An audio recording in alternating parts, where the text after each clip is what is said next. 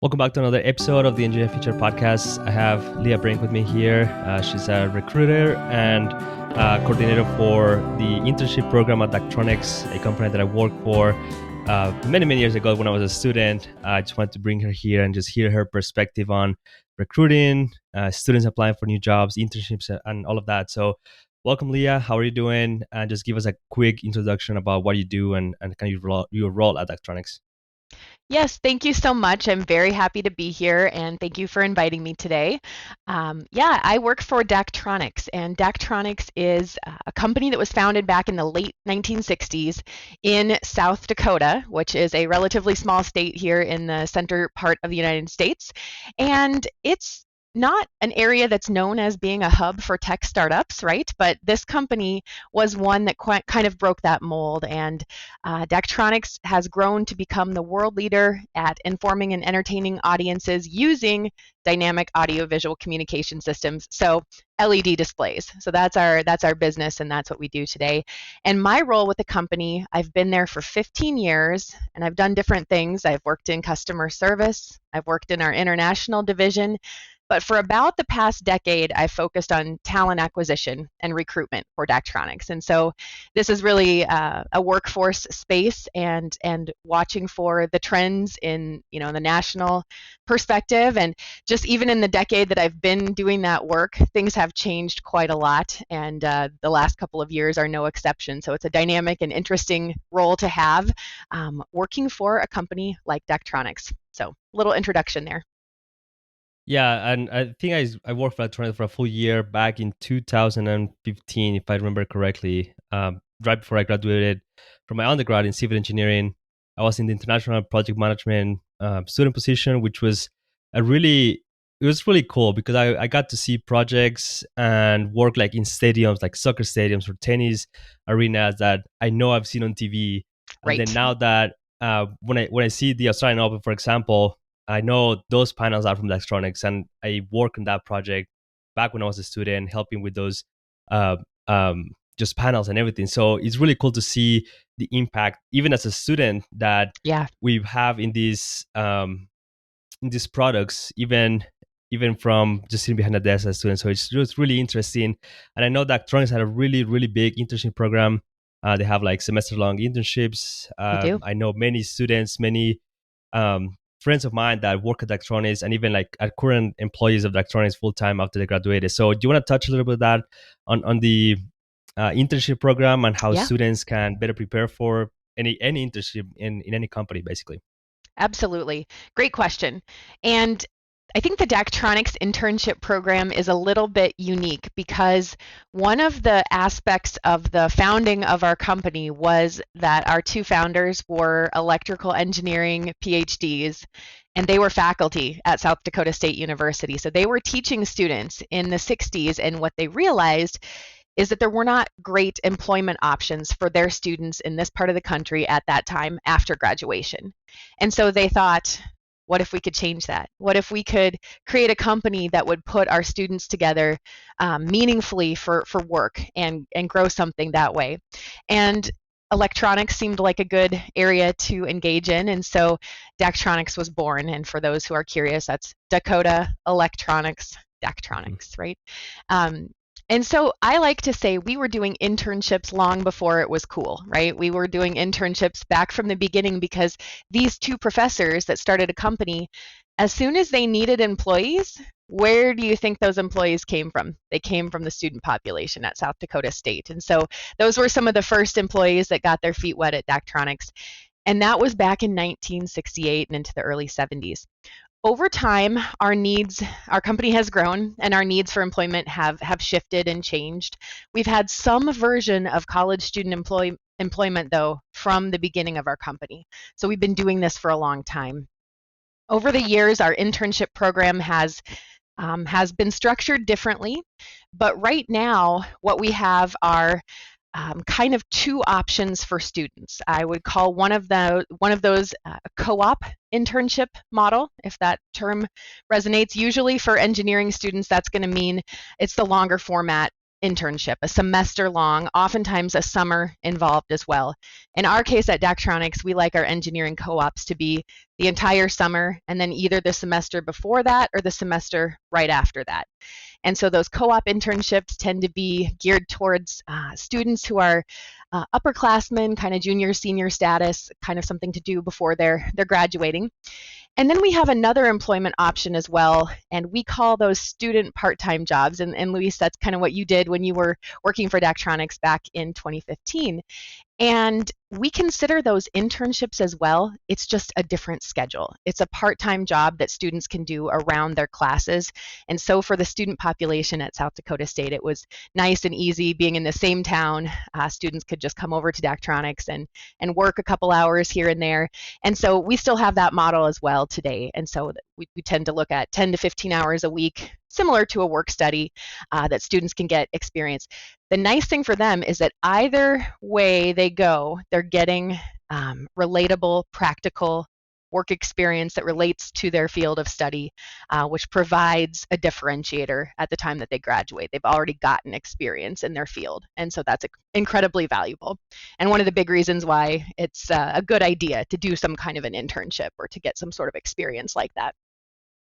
Yeah, and something to add to that, I wish other companies did too, is you guys offer incentives for like class grades. So depending on what position you have and depending on what class you're taking, you get, I can't remember the exact numbers, it probably changed since I was a student, but you get a certain amount of cents per hour depending on your grade. Let's say you have an A in Calculus 1, you get, I don't know, 20 cents or something It was per 20 hour cents more. an hour. Yeah. Yeah, something And like that. So that's incredible because it also encourages students to do well in their classes and get those grades up.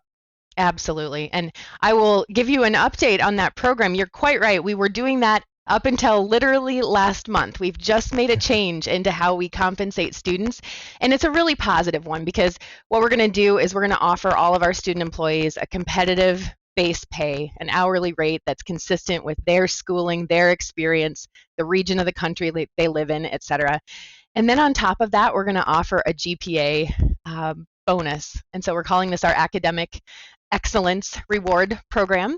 And so each semester where a student is employed with us and they get a 3.5 GPA or higher, they just get a $500 bonus. So they can do that twice a year. And so that's an extra $1,000 a year just for good grades. And we believe strongly that academic performance in the classroom can correlate to how well a person will perform in the workplace. There's a lot of similarities in delayed gratification or being able to work on projects that need to be done but might not be your particular passion. And so we do think that there's a good correlation there, and so we want to reward those high performing students in that way. Yeah, and I wish all companies did the same because that really encourages you, especially if you start as an intern or as a student, in a student position kind of early on where you can see ahead of, okay, these are classes I'm going to take. These are like really important ones for the position I'm in right now. And I know this position will translate after graduation. And if I do well in these classes, I get those incentives and kind of everything rolls into performing better at the job as well as just post-graduation. And that kind of leads me into how can like students do better at preparing for kind of that post-graduation career. I know as a student, again, like a part-time position, it's kind of, it's not as involved as a full-time position. Obviously, you don't really are at the office that many hours. And how can they prepare to just do better when they kind of go into the full-time position after that? Yeah, there's a lot of ways I would encourage people to prepare while they're in college. And maybe I'll start by offering some recommendations on how you can kind of prepare yourself for an internship and then how that internship can lead you to that full-time position, if that's okay. So I do think that one of the things that I've noticed as a recruiter that has changed over the past decade is that more and more students are graduating from college without really any work experience. They have not, worked in fast food or worked at the grocery store or mowed lawns or things like that. And so that means their employment skills are kind of untested and unknown. And if you're a company and you're wanting to make an offer to someone, it makes sense that you would choose the person who has already demonstrated that they can show up on time and they know how to be coached and some of those basic things. So I would say that any work experience is good training and good preparation. This goes even to kids who are in high school. Do some sort of job, get some experience. Once you get into college, there will be different options. Parents are always telling high school students to get good grades, and that's going to matter on your college admissions and for your scholarships. I think it also matters when you're in college.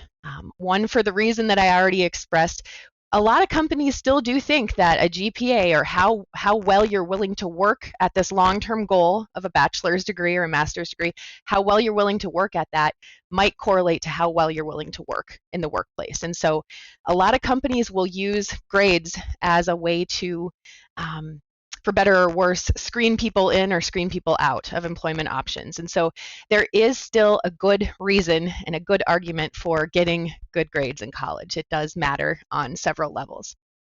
So that's the first recommendation. I would also encourage students to be involved in things.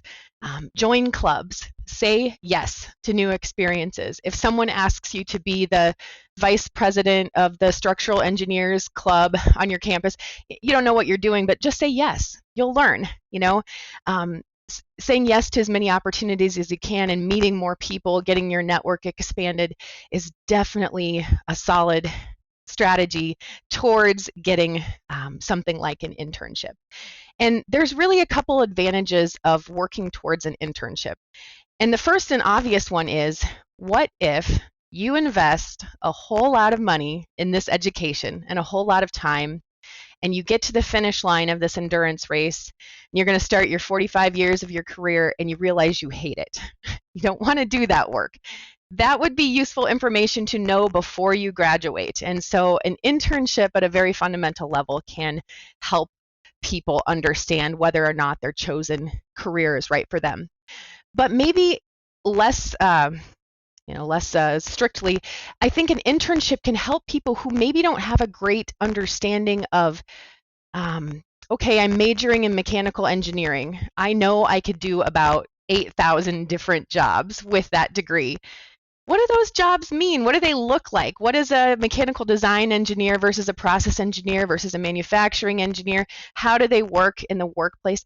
An internship in the right location can give you that vantage point that you can't get from the classroom standpoint. You can see how an organization is doing this work. You can see the different things that people do for their careers. And that is really helpful as a college student as well.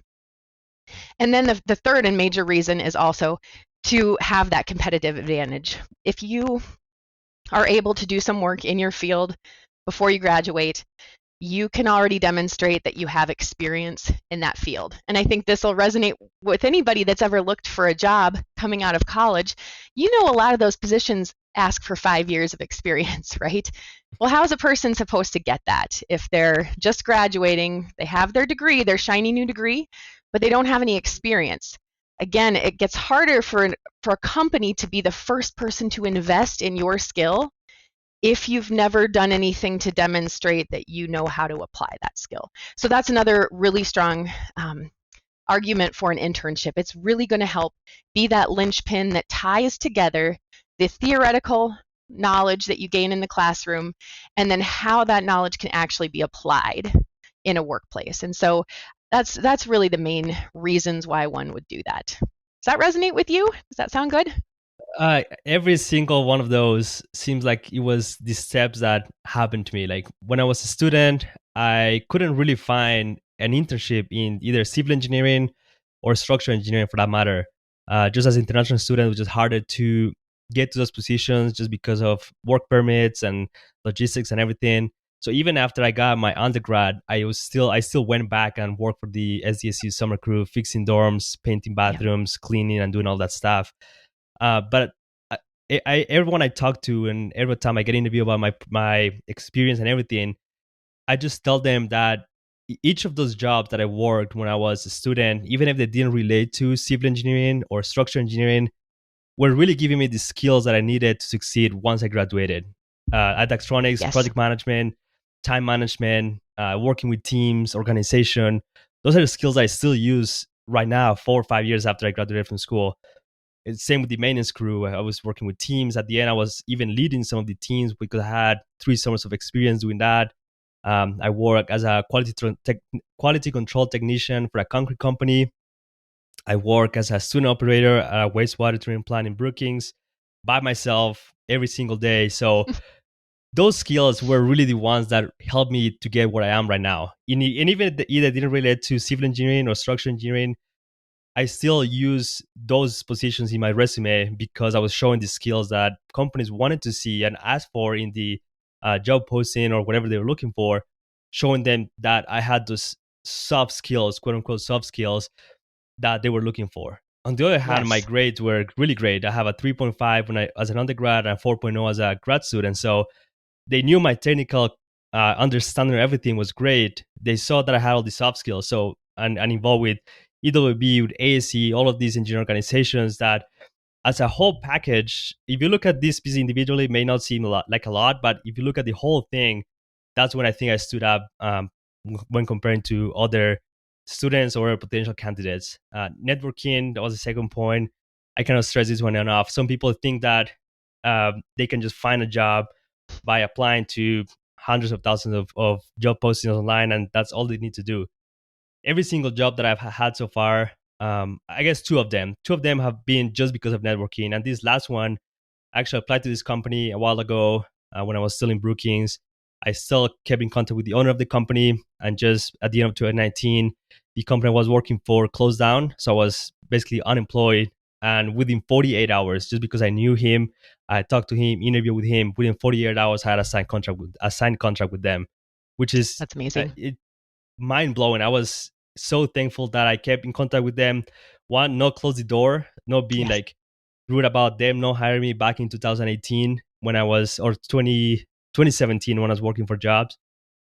Still kept in contact with them. They actually even reached out a year after I interviewed with them, asked me if I wanted to go work with them. They were looking for people, but at the time I had a job. So not closing the door was another great lesson that I had during this process. And I think the last one is just being mindful of how do you present yourself against Yes. these companies. They're looking for someone that is responsible, more than a technical person. They're looking someone that fits their culture in the company, and someone that you're going to be able to train. The technical concepts are really easy to train. We all basically know in structural engineering, design concepts, beam, columns, everything, but it's harder to train someone how to be a good employee, as someone that is responsible, respectful, on time. All of those things is harder to teach when you're on the job. So I 100% agree with everything you said. And it was just really interesting that I kind of went through all of these things as my career has progressed since I graduated in 2017. Let's talk about a little bit about like the new era of like working. I know COVID kind of shook the world. I don't think anyone was prepared for that. I don't think we were prepared for that. I've been working from home since March of last year, and I think there's some new policies, some adjustments. I just want to hear from your perspective on like hiring talent. How do you find new people that are willing to either work remotely if you guys are doing remotely, or adjust the new norm? How does that recruiting process work, as well as the interview process, and how has that changed since the pandemic started? Yeah, that's a great question, and I'm glad that we have an opportunity to dig into that a little bit. The last 2 years have changed a lot of things, changed everything, right? And so, one of the things that you're hearing in the news right now is it's the era of the great resignation. And some people are even saying migration as well, because a lot of people are going to move houses, move locations, because now they can work remotely and before they couldn't, or some combination of that. And some people are going to quit their jobs because they have pent up frustration, or they don't feel valued, or there's going to be a lot of disruption here. There already has been, and we're not done with it yet. Um, for Daktronics, we were a company that had been experimenting with remote work long before the pandemic. And so we've had examples of people for the last decade who have worked remotely from home offices. And we have learned some things along the way. And so we were in a good position when it came time for March of 2020 to send home most of the people. And we had the IT assets that could go with them. We had ways to start making that work. And we use the Microsoft Teams platform across the organization. So now every meeting, every single time is a video meeting through Teams. And so everybody is joining in exactly the same way. It's a nice equalizer from that perspective. So we were poised to be able to do a little bit of an easier adjustment to remote work. But in our organization, as you might imagine, with highly technical and pretty custom, production lines, obviously our production workers cannot work remotely, and we are a manufacturing company, and so we need to keep people on site in our factories. But then we have about 60 to 70% of our workforce is not production. So the rest of the people who used to report to one of our 3 primary offices in the United States mostly are not doing that now. And so we've had a huge shift in the number of people that are working from home. You can see from my background that I'm one of those people, and I'm right here in Brookings. And so I could actually be at Daktronics corporate in 8 minutes. If I leave my house right now, I can get over there really, really quickly. But for the work that I do, we learned that I don't have to be there to do that work, right? The people that I'm going to interact with are not typically at the corporate office anyway, and so it was easier. Engineering roles have traditionally been harder to do remotely. We've had some hesitancy with that, again, because of depending on the person's role, if they're trying to do troubleshooting work, if they're trying to do design work, exploration work, trying to figure out different challenges, you need a certain amount of equipment to be able to do that, and so that's been a barrier.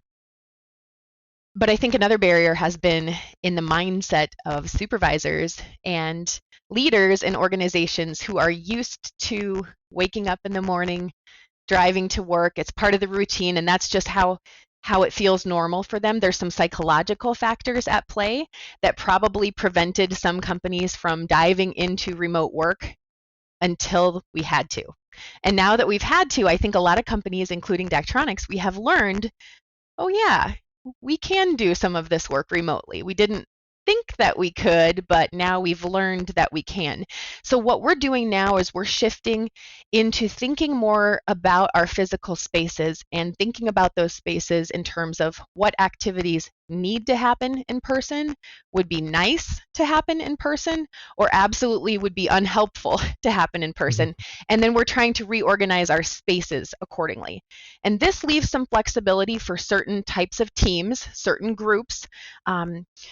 You might remember our research lab at Daktronics, the reliability lab and the demo equipment that we have. There's a lot of highly technical things that will require people on site to work with and things like that. But a lot of engineering teams are finding success being virtual. And so that is changing the approach. And we're early into having a majority of employees working remotely, and so the jury's out on that, but it does seem like everything is going well. And interestingly, in our employee survey that we did in the summer of 2020, once everyone was remote, a lot of people that were working remotely prior to the pandemic, they were having greater job satisfaction because now all of a sudden everyone is on the same playing field. And so it really helped people that maybe felt a little bit fringe before feel like they're just the same as everyone else in the organization. And that was interesting to notice too. And so we actually had some positive impacts with that.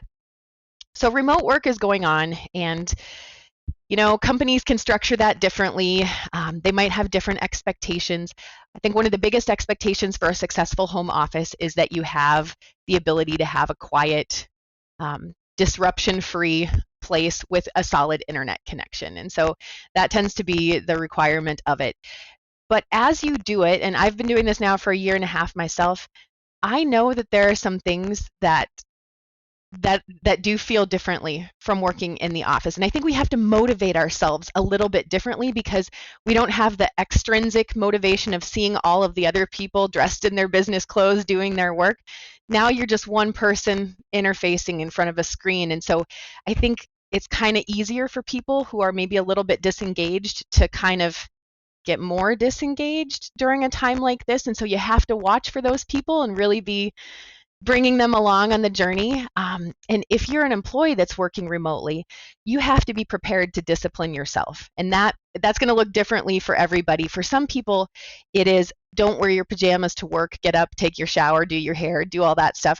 For some people, they need to just leave their house and drive and get their cup of coffee, come back, and then they're ready to go. Whatever you might need to do at the beginning of the day or at the end of the day to transition between work and your home space, your family around you, pay attention to those things and just experiment and figure out what works for you. I would say to college students today, all of you are going to work remotely at some point in your life, starting from now. If you haven't done it already, you will be doing it. And even at Daktronics, one of the areas we had not done remotely very often was our student and intern positions. And we've had some new experiences now with some of our engineering and technical students even being remote. And so there's a little bit of a different flavor in what kind of work we can make available, but it allows us to reach new talent markets as well. Because a big advantage to an employer when you have a working remote situation is you could pull in talent from anywhere. Now, the challenge on that side is, gosh, if everywhere could be your target, how do you narrow that down? How do you weigh into that? And that's the problem for people like me, recruiters, to try to crack that egg. If you're a student and you're going to be preparing for an internship, preparing for an interview, let's say, for your dream internship, and that's going to be a phone interview, probably it will be a video call interview at this point in time, there are some things that you should think about to prepare for that type of situation that are a little bit different for an in-person.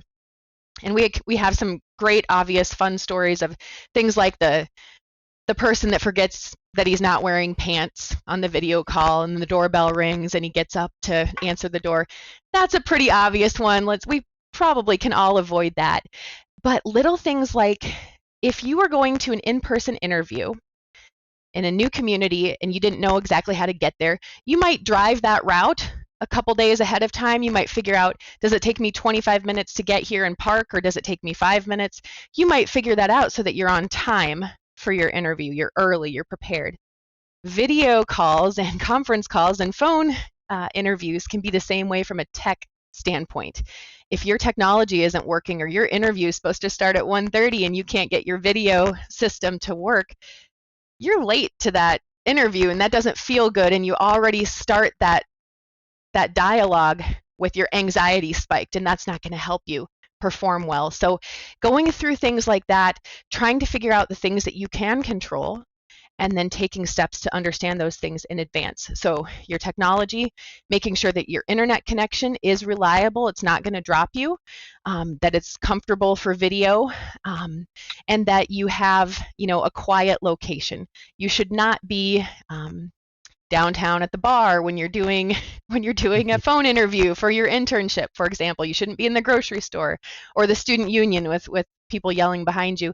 You should take that really seriously and realize that in many cases, a phone interview was a first step before getting an in-person interview.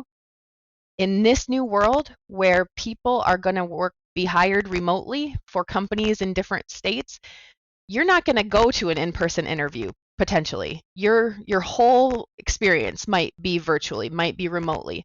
So very much the care that you would take into your appearance for a physical situation, do the same version of that for your virtual situation. Even if you're not sure that you're going to have a video call, I would prepare as though you would, because what if you're in that interaction and all of a sudden the hiring manager turns on their video and they're waiting for you to do the same, and you're sitting there with a really inappropriate t-shirt on. You don't want that to happen to you. That's an example of something you can control. So think about those types of things, and going into virtual. I think those are my biggest pieces of advice for virtual interviewing. But do you have any follow-ups on that? Or anything with more detail? Something we have been doing with the virtual interviews is kind of a desk tour of the engineers. Have you guys done something like a tour of maybe the manufacturing side of the company, or even like someone's desk, see how usually like the work it's like perform, or has been anything related to that kind of outside the actual like formal interview, sitting down with the person recruiting? Yeah, I don't think we've done too much of that lately, just in terms of there's still some fluidity in where people are working. Some people haven't come back to the corporate office yet, but they plan to. There will be Mhm. engineering teams that do come back there. So right now our spaces are very much in flux, and so showing that might be more challenging. What is very common though is just like what I'm doing today. I'm in my home office, but you can clearly see, that background and what that looks like. Most people are just being pretty transparent about that, and just being, we are where we are, and you try to engage as well as you can. We have other videos and things like that online, and different things that are part of our recruiting process. Depending on the role, depending on the supervisor, depending on the goals, different people will share videos or share different views into the organization through those hiring processes. Nothing kind of established across the board. It kind of depends on the particular area and what they're most interested in making sure their candidates know about. Yeah, that's super interesting. What about when you guys hire someone? How does the training look like now that most of the people are remote? Maybe what are some of the challenges that you have faced, as well as how a new employee can just be ready to be trained remotely, basically full time?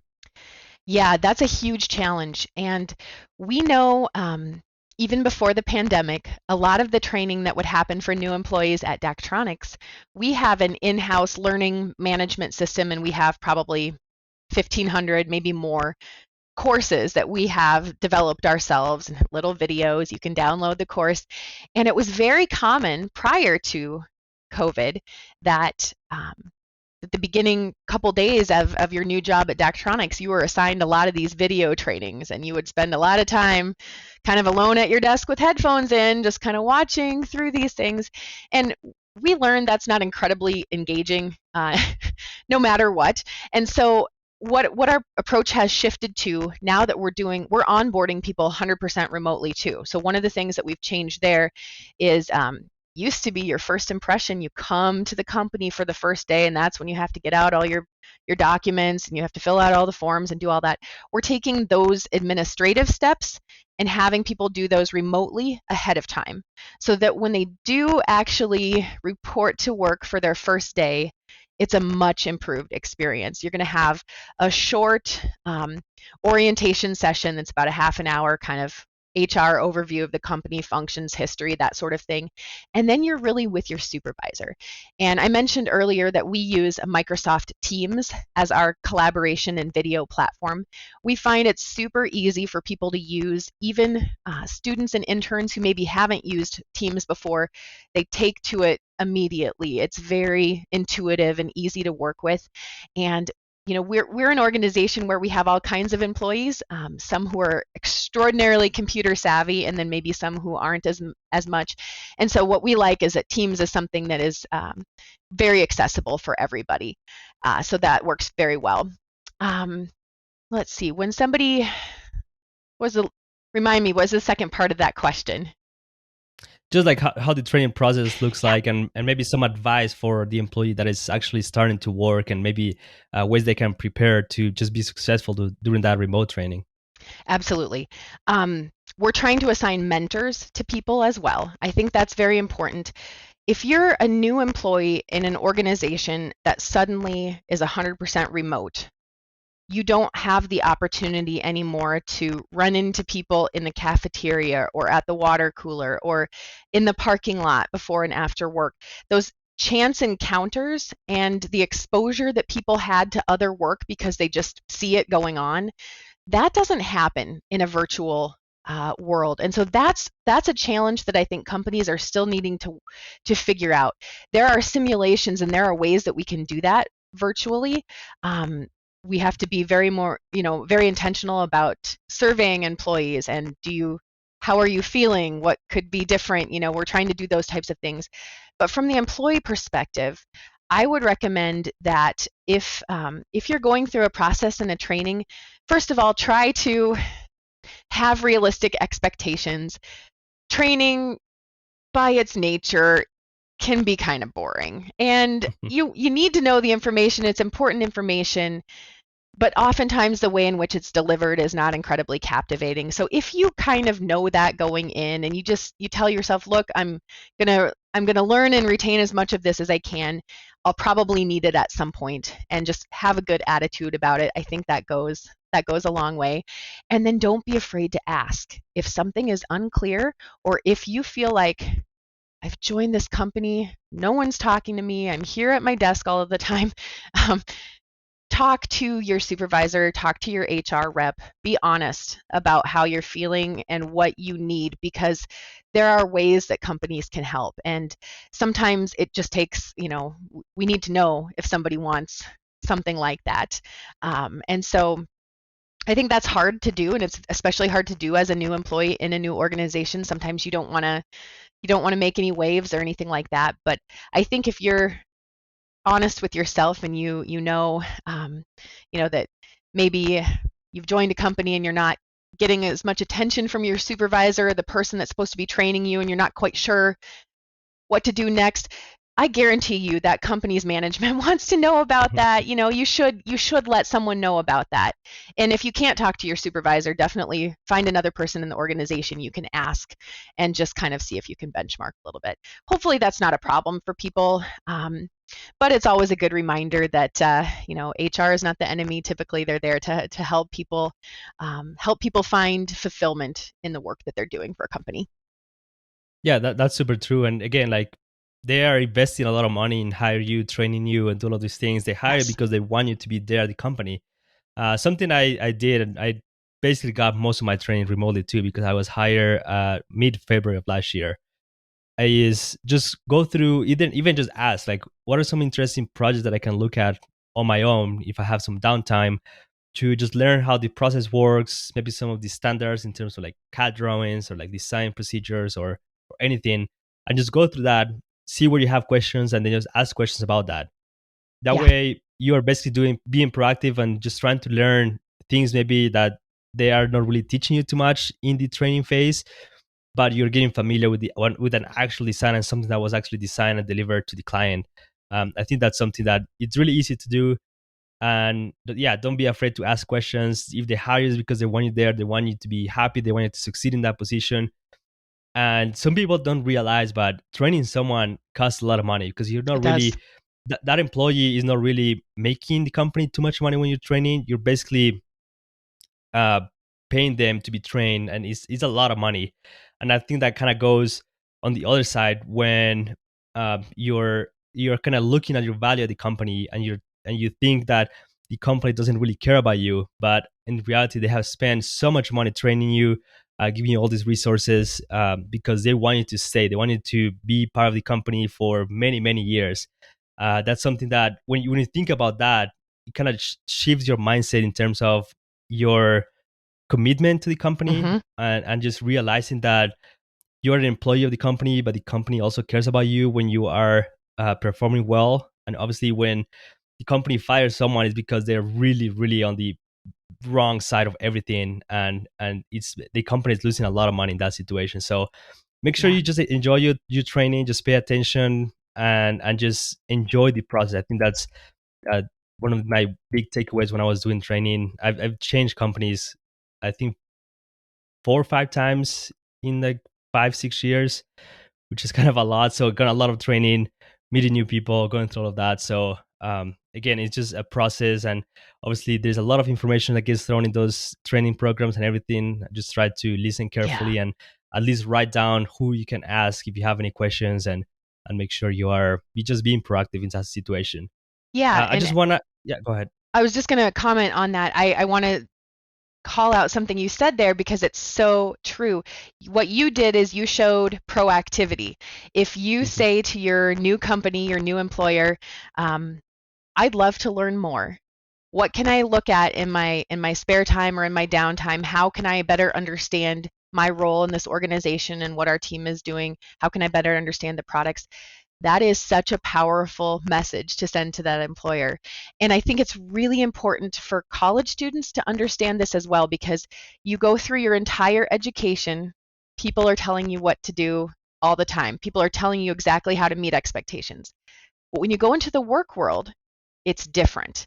And you need to have more motivation there. You can't just wait for people to tell you each next step all of the time. For college students, that internship time frame is a chance to explore the differences between those two worlds. And so one of the pitfalls I sometimes see in otherwise wonderful interns is they're used to having things be spoon-fed into them, and so they feel like if they run out of work to do, that it would be they don't want to call attention to that. They don't want to ask a question about that. They'll just kind of sit there and wait for someone to notice and then tell them what to do next. Contrast that with an intern that says, all right, this is great. I learned this. I love this. What else? What else can I learn? What else can I do? That person is definitely getting the attention of management and all of that. It just shows a different level of interest, and that interest kind of just allows employers to think differently about those employees. So that's definitely something I would encourage people to do. So just wanted them to know. Yeah. I don't want to go on a huge stand here because we're run out of time, but that's one of the things that I try to just talk more about. When you are a young engineer, you're very shy. A lot of times you think that you're asking dumb questions to your supervisors, or whenever you either run out of work or are stuck in a problem that you just need to spend more time trying to figure out, and rather than asking a 30-second question that will free up a lot more work. Just making sure, basically, like, ask questions. That's one of the biggest things that I've learned since I graduated. Just ask questions. There is really no dumb questions. Usually employers are happy to walk you through whatever questions you have. I will also recommend, if you do have questions, try to make sure you spend at least 5 minutes or so, depending on the question, trying to figure out yourself, and go to the supervisor with an idea of what the answer may be, rather than just go in there with a blank piece of paper and say, I have this question, just help me try to figure out. It's a big topic. I think it's something that I may explore in a future episode, but I think the most important thing is just make sure you're being proactive. Like, I always tell my supervisors that I like to receive feedback, because I want to know if I'm doing good at work, if I'm doing bad, if I did something wrong, either in a design or in the way I communicated myself in something. I just want to know that something was not like what they expected, before it really becomes an issue because it hasn't been transmitted to me and I just keep doing the same thing over and over again. Those little things really make a difference. Just trying to communicate more, ask more questions, make sure you understand that your supervisors are busy. They have other employees that they are supervising. They have other responsibilities on top of just helping you with a project or something. And just make sure you're serving them just as they're serving you. Like, make sure you're you're careful with their time, and you're careful with how you communicate. And I don't want to go too much in tangent with that, but those are some of the things that I see in that it helps just create a more like closer connection between you and your supervisor, making sure you trust them and they trust you as well. So just keep that in mind as you go in your career. I just want to end this podcast with just some really actionable, really topics that I think are super important, and every student, every young engineer, every experienced engineer will probably face at some point in their career. And that's how to craft a really powerful resume. If you can give us just a few tips on that. Cover letter, I think that sometimes it's encouraged or needed, as well as how to like really stand out when you're applying for a job. And just something that I really like to do, and I don't think a lot of people do, is actually send the resume and then follow up a few days after to make sure everything was received correctly, and just kind of put another foot in the door. So if you're going to just give us some really actionable tips on how to craft the resume and just really stand out when you're applying for new jobs, that'll be great. Yeah. So the first thing I would recommend is make sure you have a clear goal in mind for your job search. And what I mean with that is, if you're a high school student looking for a Dairy Queen job, that's a very different job process than getting your dream internship, which is also very different from changing full-time employment when you're mid-career. Okay, so firmly understand which process you're undertaking. Now, I sometimes say to students, if I were to lose my job tomorrow, I would be probably motivated to, hunt for something that's going to get me a paycheck immediately, right? And so there are different points in people's lives where, you need a paycheck job and you might not have the time or the luxury of time to spend doing a very individualized, customized job search application process. You might need to just have a really solid general resume that you can use to apply for all kinds of different roles, because you're going to be playing the bulk game. You're going to be trying to blast out 100 applications in a week and trying to make something land. Now, that's one kind of strategy that people can have. Sometimes works. It sometimes works on the paycheck job side of things.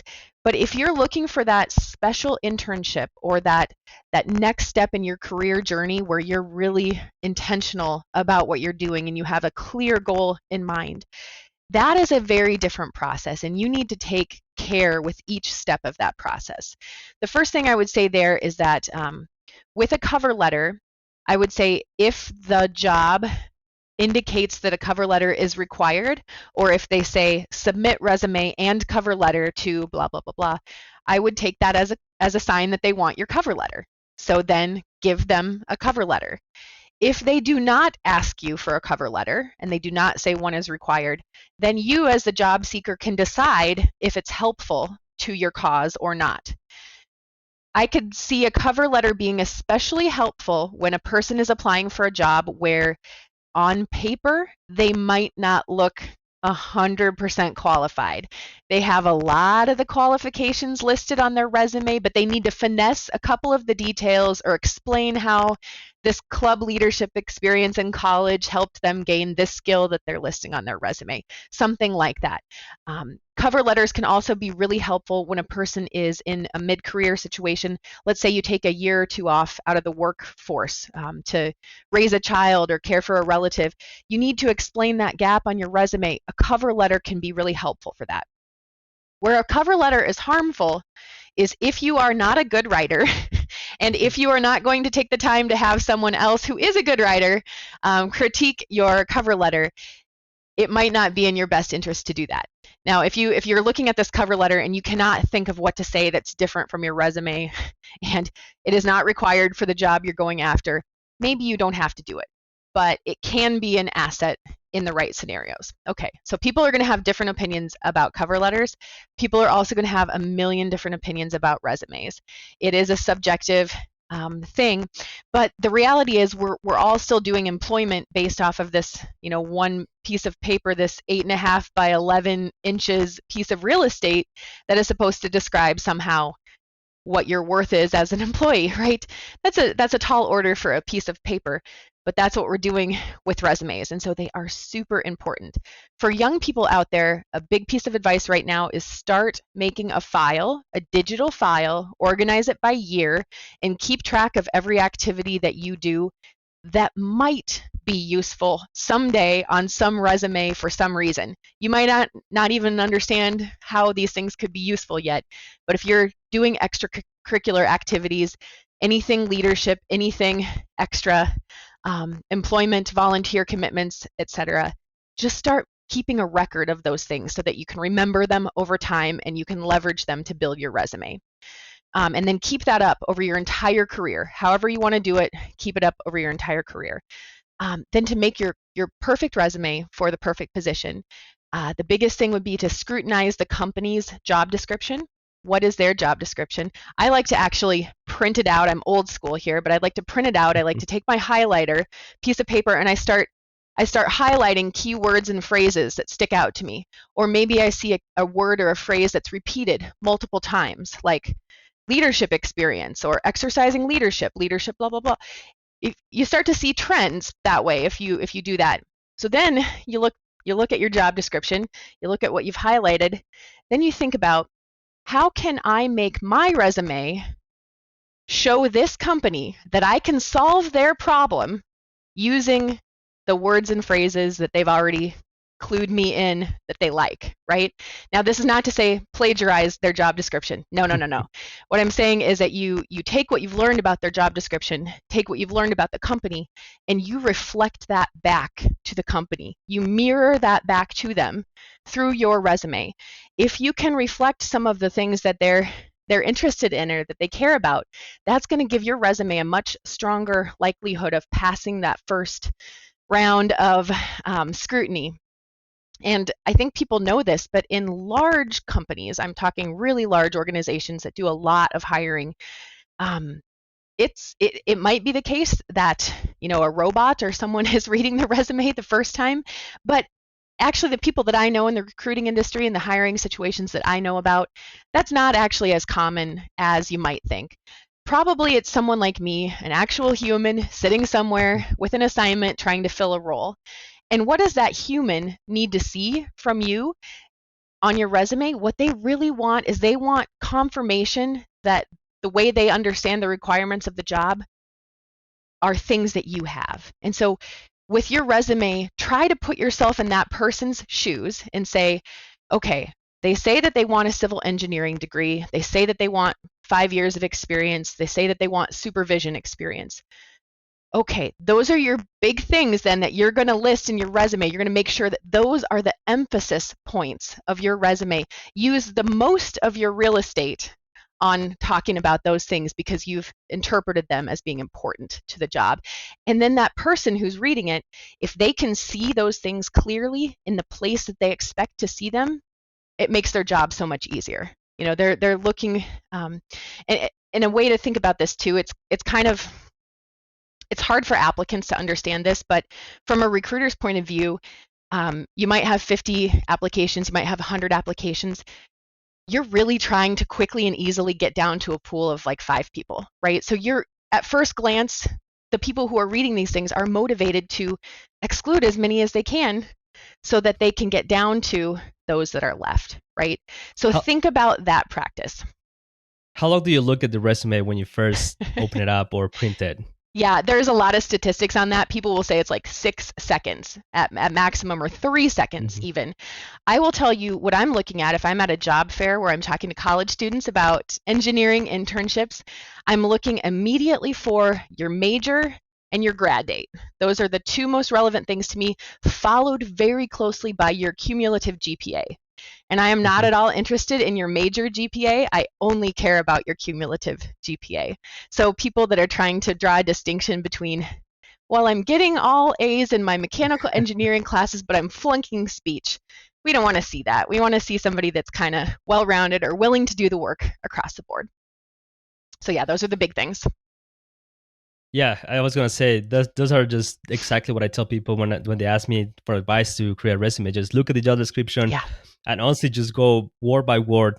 They're looking for someone that works in teams. Okay, this is the job or every single job that I had, I work in teams, and this is why I did a great job. If they're looking for someone that knows, in my case, RISA or Midas or any software, just show how your work experience, or even like if you took a class that you said, just mention that, because that will give you a leg up between someone that didn't have it or had it. Again, that 6-second rule of someone that is recruiting, I've heard that everywhere. And it really tells you that you really only have about 6 to 10 seconds to really make a great first impression. If you're seeing all these cues of they have the same words, you have the same experience that I'm looking for, you are someone that maybe just even the way the resume looks, I think sometimes tells a lot about the person. It does. You're going to process those resumes a lot faster and find someone that is the right fit for the position. So I think those are great advice. That's something that I've been telling people, and I'm thankful that actually a recruiter that actually knows what she's doing is telling me the same thing. So you're on the right track. I'm glad I'm on the right side of this conversation. So I just want to say thank you for taking the time. We cannot run out of time here. I just have one last question for you, and that's how can we continue engineering our future? Oh, so great. We need kids to be interested in math and science, and that that interest needs to survive the public school system in America. We need people who are captivated by technology and solving problems. And so it's really important that as parents and as just adults in the community, that wherever you can support those types of activities, do so. If you can nurture a child's interest in something, outside of even their classroom experiences, that's so powerful. And for kids, the things that they learn, and when older people invest time in them, they don't forget those things, and they can grow into really talented workers in the future. So just keep our minds on the kids and education in America. It's really important everywhere in the world, but here as well, we need to keep those educational standards high. That's wonderful. Again, thank you, Leah, for coming to the podcast, talking. I know I've seen your name in a lot of posts on LinkedIn. Even when I was a student with Daktronics, I know you are really just active, trying to find great talent and like really know what you're doing. So it was just great talking to you, hearing all this advice from you, hearing how the transition from student to full-time professional, how we can just better prepare ourselves to apply for jobs, how can we stand out and those positions, as well as just the COVID challenges and the things that we can do. It's been great talking to you. Where can people find you online, find Daktronics, if they're looking for jobs in Brookings or any other locations? Where can they find that information online? Feel free to connect with me on LinkedIn. That's usually the best place. And then from there, if you can send me a message, I can give you my work email and we can take things from there. So Leah Brink on LinkedIn, I think I'm the only one that pops up if you search that name. So the other thing would be Daktronics.com/jobs. That is our online job board.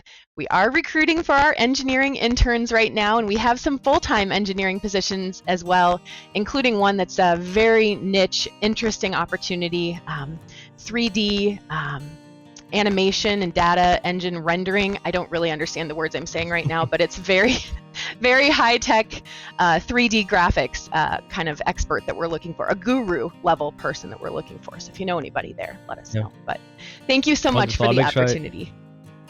I'll make sure I linked everything in the show notes and people can find them. And again, thank you for coming to the podcast, and it was great talking to you. Thank you so much.